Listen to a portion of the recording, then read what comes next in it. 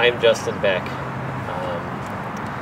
I am from San Francisco, or I live there, that is. My day job is teaching journalism at San Francisco State, and I do that part-time, and in my spare time, I pretty much tweet about and Ustream Occupy-related stuff, and I've been doing that since September 17th.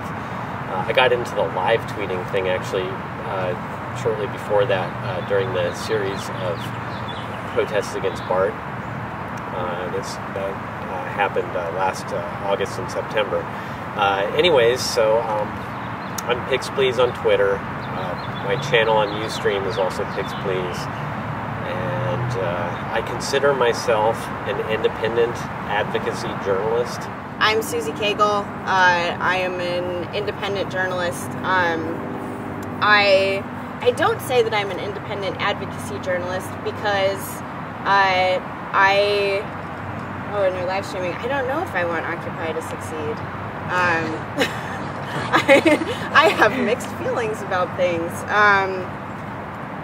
But I am an independent reporter, and I've been an independent freelance reporter since 2003. And I went to J school at Columbia, and I work in many different mediums, and that's another thing that we're going to talk about is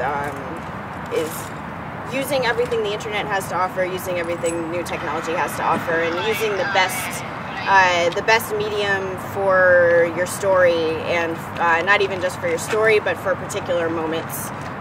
What's the best way to cover something? Sometimes it's tweeting, sometimes it's with a camera, and sometimes it's not live at all. It's saving things for later and contextualizing and synthesizing information. So I don't participate in actions or stuff. So. But you're biased, and you're... I'm definitely way biased and non-objective. I think of advocacy journalists as pushing for a particular thing to happen. So you are covering Occupy, you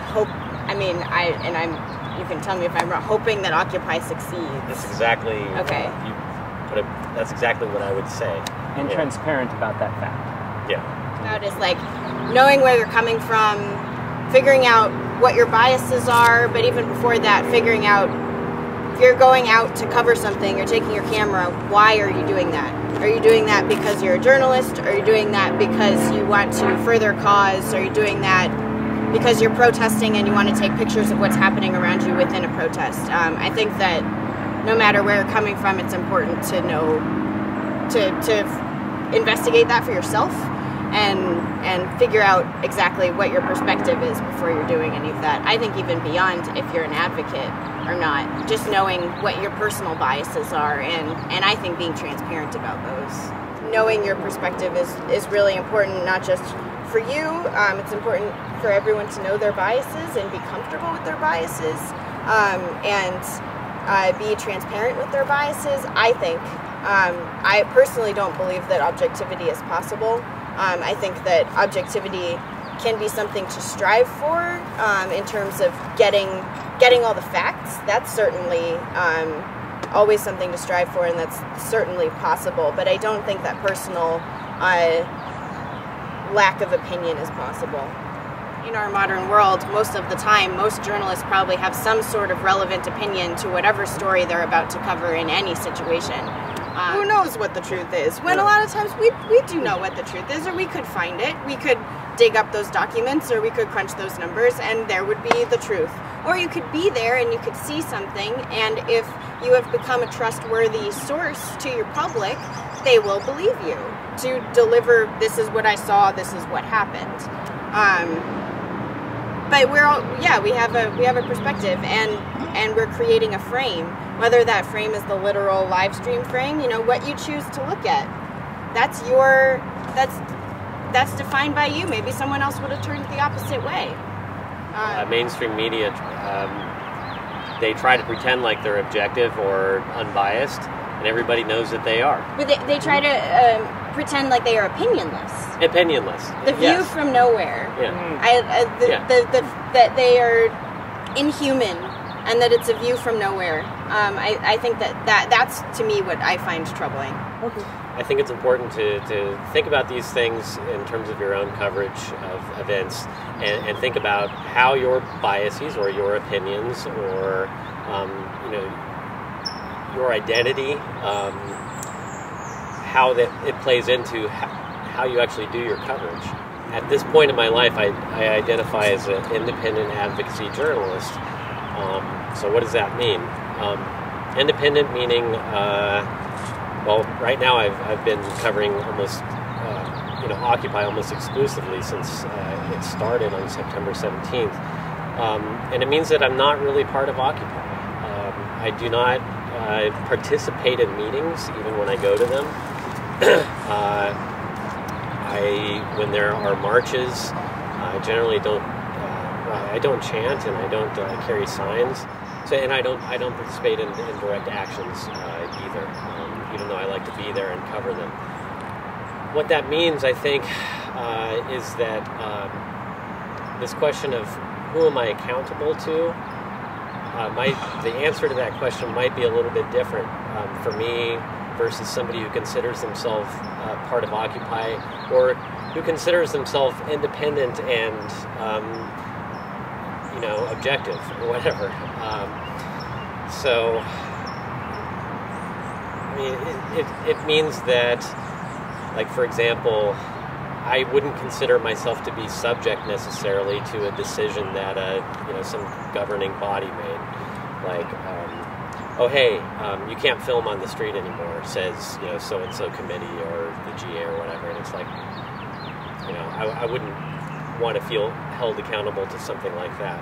On the other hand, I think that everybody is accountable in some way to each other. That's sort of like what we mean by the social order, or so I do feel accountable to other people in general, and as a journalist, I feel accountable to my sources. That's just something that the journalist-source relationship is important, and I think it's precious. And so having that in mind influences the way I cover things. And I'll just give you an example, and then I'll let somebody else talk. But on April 1st, when Occupy San Francisco took over 888 Turk, I live streamed the rally, the march, and then the occupation of the building. And so I streamed from the outside, people going in, and then when I went in, I asked a couple of people at the door, like, what are the rules? And I was very pleased, and I think this might possibly be a model going forward. I'm just putting it out there, but Occupy SF Commune was very organized in terms of how media were being handled at the commune. So they had signs posted, no recording devices on the second floor, but everything is cool on the first floor. And those signs were all over the place. They were in the literature that they were handing out, so it was clear. So I never felt that there was an issue. There were no disagreements. It worked very smoothly. And believe me, I wanted to record and stream and do all that stuff on the second floor because there was a lot of exciting stuff going on up there. But I considered it basically a negotiation agreement that in order to have a certain amount of access, I have to play by the house rules. I think that brings up a really interesting point in just that that building wasn't a street corner or a public park. It was technically private property, and you were technically committing a crime. And I was committing a crime later that day when I went inside to report there too. And that's something that I've talked to some people who work at large news organizations, and I find it funny that the TV news did not go near that building. They did not set foot near it, let alone inside it. And Steve Rhodes did get arrested in that raid, and I imagine that if you had been in there when they raided, you would have been arrested as well. And it's not the same issue as being arrested as a journalist out on the street, because you are trespassing on private property. And that kind of goes to the beginning of your safety piece about assessing your personal risk and knowing, you don't just need to know where you're coming from, what your opinions are, but you need to know how important the story is to you and to your readers, and how you're going to go about getting that story. Maybe your audience doesn't need to see inside the building, and that's what ABC7 or NBC, whoever was there, decided. The Chronicle reporter, I believe, did not go inside, and their photographer didn't. The photos are only from the outside of the building, which, for me, my readership would not be happy with that. That is not good enough for them. They want to see what's inside, and so for me, that is a risk that I am willing to take. There might be other risks that I'm not willing to take, but I decide as I go. But I think that was an incredibly newsworthy event, and I think it's important for journalists to feel empowered to do that, even when it might mean a misdemeanor.